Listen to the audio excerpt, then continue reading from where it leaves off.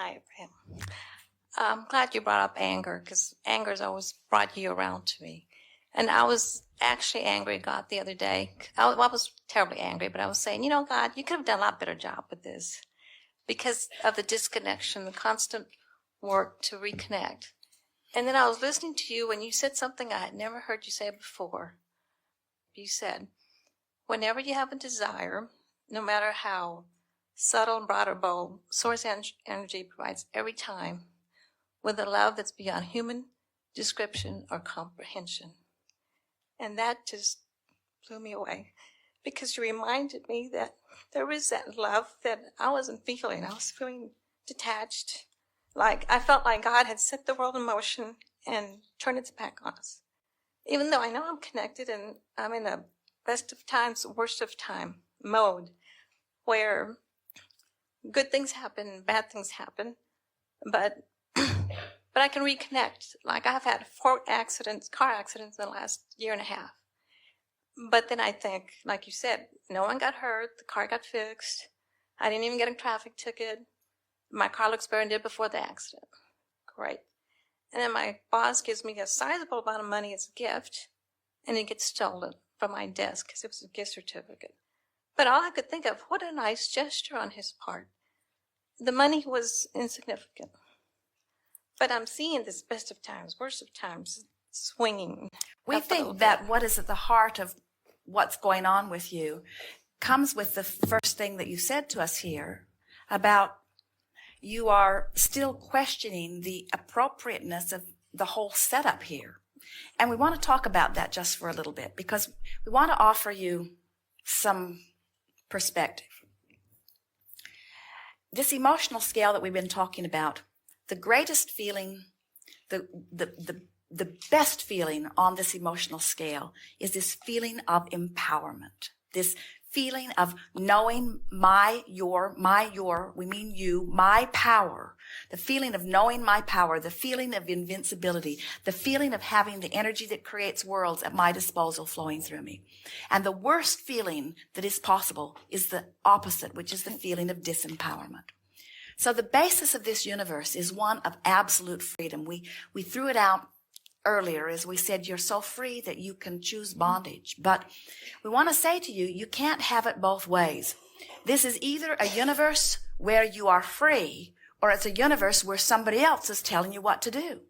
And the nature of all of us is we want to be the creator. We are the creator, you see. And so along with that freedom comes the ability, you could call it responsibility, to direct your thoughts. In other words, no one else has any ability to create in your experience. It is all yours. And every one of you, every one of us opted for this lovely environment where we are free to direct our thoughts, and by trial and error, through the contrasting experience, give birth to the rockets of desire. We've had this conversation with you before, right, and with many others before.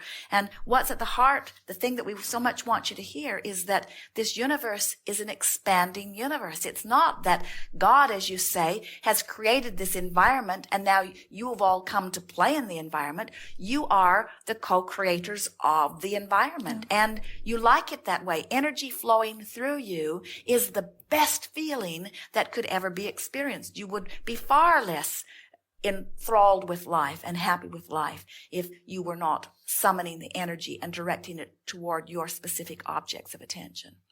So, Abraham, what I want more than anything else is to wake up in the morning and say, oh boy, I get to play on planet Earth again, and really be happy that I'm here. And that's what I want more than anything. It doesn't matter what it is. I'm not attached. What you're going to want to do is, when you find yourself feeling other than that, instead of beating up on yourself for not being in this joy that you want, take the best emotion that you can find from where you are. Because we are describing you, and you are describing to us the reason that we are now talking about this emotional meter, because you're not alone. So many people are in this place of anger or fear or worry or misery of some kind, and every day they want to be over here, but because they can't make the vibrational jump any more than you can get 101 on your radio when your dial's set at 98 because you can't make the jump, then it feels impossible. And when you show yourself, when you empower yourself by saying, I can't get all the way to ecstasy. I can't get all the way to being joyful every day about being here, but I can sure go from depression to anger. And the step of patting yourself on the back as you say, I deliberately chose a different thought, and the conscious acknowledgement that I do now find relief in this, that's the key. Because if you can feel a little better, you can feel a little better again. And if you can feel a little better again, you can feel a little better again. And before you know it, you're over here where you say you want to be. But a better option is to just softly beat the drum of things that feel good until that's a stronger part of your vibration. And then what happens is, in the same way that you can get into a vortex of traffic accidents, you can get into a vortex of people doing nice things for you. You can get into a vortex of sort of amazing doors opening, literally, where everywhere you turn, something else nice happens. But it doesn't happen all at once. You just have to insist on moving up the vibrational scale. You make a very good point when you talk about how many possible thoughts are out there.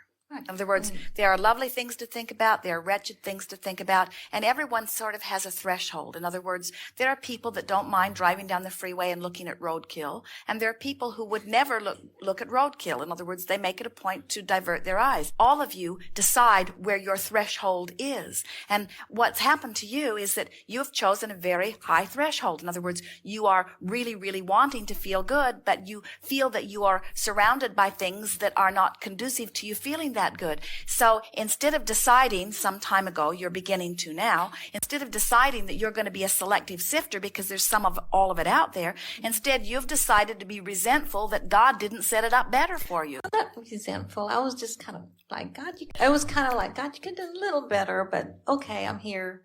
And I don't stay there. I mean, I don't really stay there because I know. Well, we think it would serve you really well to say, I live in a perfect environment and I'm finding my way. And this is an environment of freedom, and free will really matters to me. And I love how readily the universe responds to what I decide to give my attention to, because these manifestations help me know where I'm vibrating. And since it is my quest to vibrate in the best possible place that I can, then these manifestations are very helpful to help me know how I'm doing, because I want to know how I'm doing. I like paying attention to the way I feel, and for the most part, my life is going very well. And if there's an area that I'm not particularly paying attention of, where something can sneak up on me a little bit, then a manifestation occurs. But it doesn't matter because it's not finished. I don't ever get it done. I can't get it wrong. In other words, we want you to be in love with your life in the way that we are in love with your life. We would dearly love for you to feel appreciation for your ability to create. We love it when you make the conscious association between thoughts that you've been thinking and things that have been happening.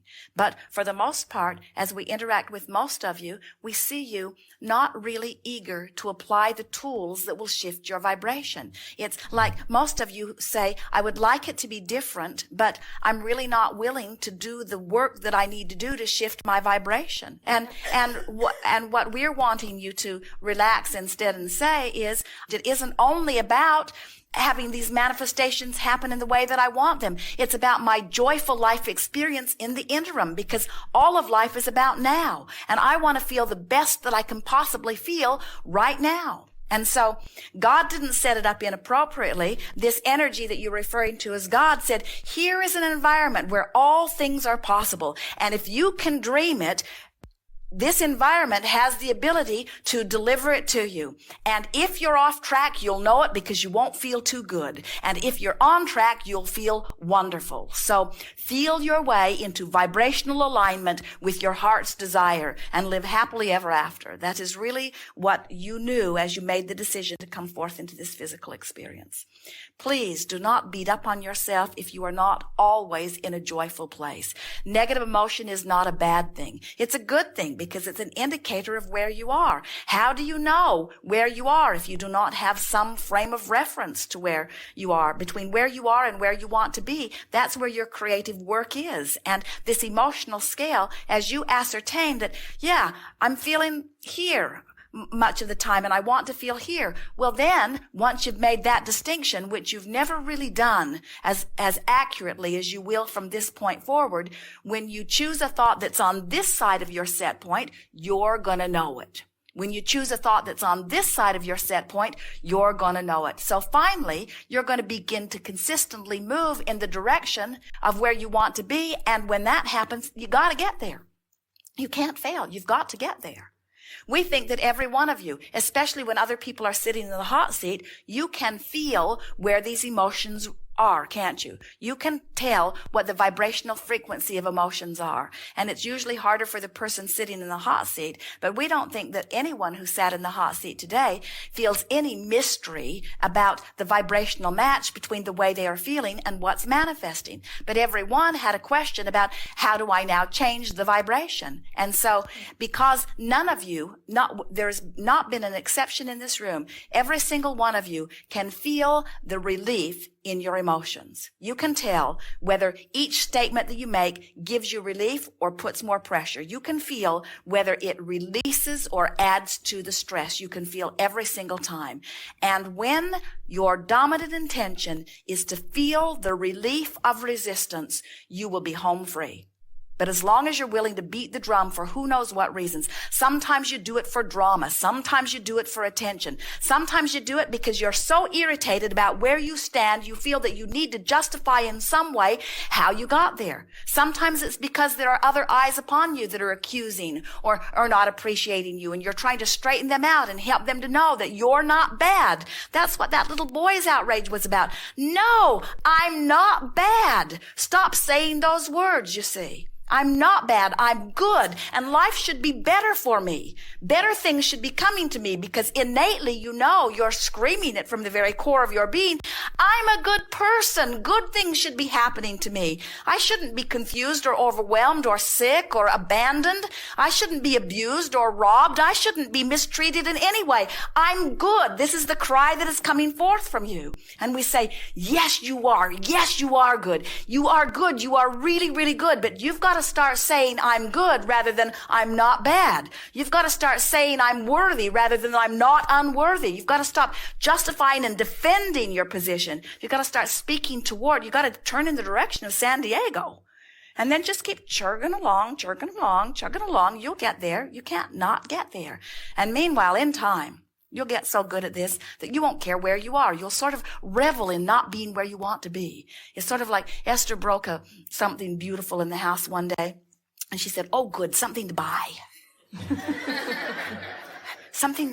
Now I have a reason to shop, you see. And that's sort of the way we want you to feel about everything. So, oh, good, a reason to focus. Oh, good, a reason to invoke the power of my source energy. Oh, good, a reason to be more aware of my emotions. Oh, good, a reason to pay attention to the manifestations that are coming. Oh, good, a reason to feel more alive, a reason to be more deliberate, a reason to feel the hands-on, fingers in the clay, creating that I'm really about. You are a creative genius. You didn't come forth to watch somebody else create. You didn't come forth into an environment that was all perfect so that you could just sit there and say, well, isn't this lovely? You're creators. You want to create, which means you want to think, which means you want to think about what you don't want so that you can think about what you do want, and you want to know the difference in how they feel. How would you like to be the best creator in the whole world, a sculptor of some magnificent proportion, and have someone say to you, from now on you don't have to make anything. I'll make them all and bring them to you. So every day they bring you something else and say, put this in your collection, put this in your collection. And after a while you'd say, don't bring me any more creations. I am the creator. I want to mold it. I want to sculpt it. I want to create it. I want to paint it. Me. I want to do it. I am the creative genius that wanted to come forth into this body and chose this environment specifically because it was the best environment that anyone ever imagined for satisfying life experience.